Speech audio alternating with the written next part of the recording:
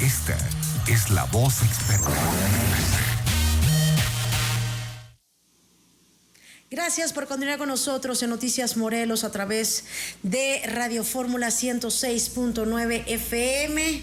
Es un placer que nos acompañe en esta tarde y por supuesto le doy la bienvenida porque será su nueva casa a partir de este miércoles 22 de enero y agradezco que se encuentre con nosotros completamente en vivo Iván Rodríguez Patiño porque es miércoles de Fórmula por tu Salud. Muy buenas tardes. Hola, ¿qué tal? Buenas tardes. Buenas tardes a todos y a la gente que nos escucha. Buenas tardes. Bienvenido voy a dar una pequeña semblanza de quién es Iván Rodríguez Patiño. Es médico cirujano, egresado de la Universidad Autónoma del Estado de Morelos, para que toda la gente lo conozca. Tiene la especialidad en medicina de la actividad física y deporte, egresado también de la Universidad Autónoma del Estado de México, especialista en nutrición y alimentos funcionales, egresado por el Instituto Politécnico Nacional, maestrante en medicina molecular en la Universidad Autónoma del Estado de Morelos y ha participado y ha colaborado en el libro Rehabilitación Cardíaca y Prevención. Bienvenido nuevamente a esta su casa y de verdad que es un placer que nos acompañe cada miércoles porque vamos a estar tocando temas de importancia, de salud, porque en muchas ocasiones es lo que menos lo tomamos en cuenta y ya que nos sentimos mal es cuando acudimos con el doctor. Sí, efectivamente, las palabras que utilizamos, la prevención en ocasiones se nos olvida y a veces la población en general pues visita o atiende o asiste a un profesional de la salud por una enfermedad. Pero obviamente existe algo y esta colaboración va a ser muy importante porque vamos a utilizar tanto la prevención y también el estado patológico. Y eso es algo que pues le debe de gustar a la persona y ejercer su prevención en su salud. Y yo creo que en los panoramas futuros, la medicina preventiva y la promoción a la salud debe de ser primordial. Hay que evitar muchas enfermedades. Tenemos problemas en el mundo, en México, donde tenemos enfermedades crónico-degenerativas que nos están llevando a grandes riesgos, tanto económicos al nivel del sistemas de salud públicos. Y también tenemos las enfermedades infecciosas que también nos están generando. Y tenemos enfermedades que ahora se escuchan en las semanas o campañas de cáncer y que son múltiples. A veces tenemos mucha comunicación de los cánceres que están afectando a gran parte de la población, pero a veces tenemos también enfermedades, y ahí englobo muchas, que casi no se escuchan, pero también se dan. Y vamos a tener la oportunidad para platicar de ellas. Así es, vamos a estar tocando cada semana este tipo de temas que nos debería de preocupar y nos debemos de ocupar en este sentido, porque muchos de estos padecimientos son silenciosos y desafortunadamente en el caso del cáncer, pues en muchas ocasiones ya es demasiado tarde. Y hoy vamos a hablar de estas infecciones respiratorias. Hoy en día, con esta temporada invernal, pues los padecimientos respiratorios se incrementan y hay veces que hacemos poco caso. Hay sectores de la población que son sectores vulnerables, que debemos de prestar atención, debemos de cuidarnos, porque creemos que pues es un simple catarro, que es un simple resfriado y se va agravando, doctor. Así es. Y justamente esta parte de las infecciones respiratorias agudas, vamos a tener el contexto, y esa es la parte importante, que vamos a tener clasificación de agudas y crónicas. Literalmente es el tiempo que nos va a suceder. Las enfermedades crónicas en algún momento lo vamos a comentar y son aquellas que ya hay una lesión o una patología que lleva cierto tiempo. Y obviamente, por poner un ejemplo, la enfermedad pulmonar obstructiva crónica. Pero obviamente ya existen agentes, variables, antecedentes que nos llevan a ese tiempo. Pero las agudas es justamente cuando tenemos estas épocas invernales, donde el 90% de estas enfermedades son virales. Y tenemos otra situación que lo vemos en el mundo, no exclusivamente de México, es que también se utilizan en ocasiones, en este 90% de enfermedades virales, respiratorias agudas virales, vamos a tener el uso de antibióticos, que realmente no sería lo cotidiano. Pero sí, no debemos de dejar a un lado esta sintomatología. Debemos de tener un seguimiento, porque justamente a veces se nos olvida darle seguimiento donde empezamos con una situación de gripe, con una tos, y lo vamos dejando, no nos cuidamos, no presentamos los cambios en este ambiente, nos va generando este tipo de situaciones. Y justamente nosotros en México o en el mundo tenemos una vigilancia epidemiológica.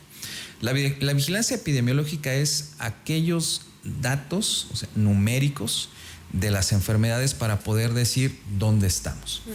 Y justamente comentando de los resultados del Departamento de Epidemiología de Enfermedades Transmisibles del Gobierno Federal, esto es en México, en su tercer informe de la tercera semana epidemiológica de enero 2025, nos mencionan justamente que se encuentran alrededor de 10,319 casos de enfermedad respiratoria aguda. Y aquí ya le ponemos un nombre, tipo influenza.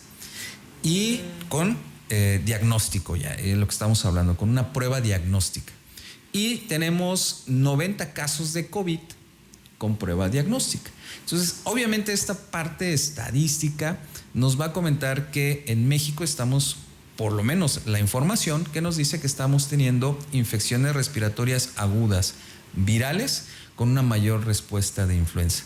Y justamente esto es que existen variables o variantes, y aquí tenemos en los virus, vamos a tener tipos y subtipos, grupos y subgrupos. Y aquí vamos a darle punto a influenza, y justamente es ello, ya que la enfermedad respiratoria aguda, el 90% son virales, y ahora estamos observando que tenemos una mayoría de casos de influenza.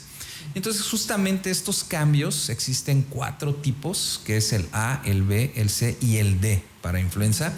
Normalmente lo que le genera situaciones epidémicas en México y en el mundo son el tipo A y el B. Y justamente lo que cambia son proteínas de superficie, esa es la diferencia que nos va a generar. Y en los subtipos, principalmente en el A, pues tenemos un ejemplo, el H1N1, el H3N2, que obviamente son los que nos van a generar las principales enfermedades respiratorias. Perdón. Adelante. Pausa antes de que continuemos.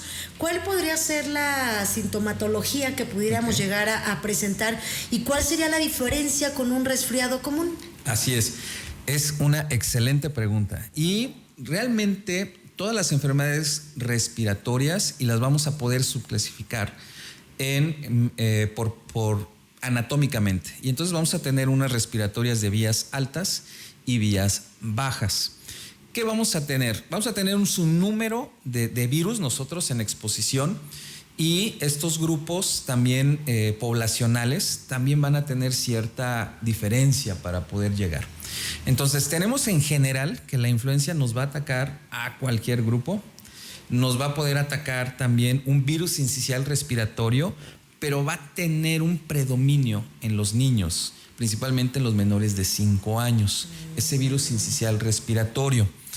Vamos a tener algunos en los adultos mayores que sí vamos a tener influenza, que sí vamos a tener virus sincicial respiratorio, que sí vamos a tener COVID, pero vamos a tener también otros rinovirus. Y entonces justamente los rinovirus son los que contemplan la parte alta para poder infectar. La sintomatología en general vamos a tener, y para quitar tecnicismos médicos, escurrimiento nasal, o sea, literalmente el moquito que nos sale de la nariz. Que no puedes controlar. Que no lo puedes controlar, efectivamente. Entonces, cuando no lo puedes controlar, es la variación que vamos a tener. ¿Qué tenemos que tener cuidado? 1, la atención progresiva. ¿Por qué? Porque justamente estos virus se pueden generar en etiología mixta y generar problemas, ahora sí, en la parte baja, que pueden ser en los niños bronquiolitis, bronquitis, ¿sí? Y neumonías, y en el caso del grupo mayor.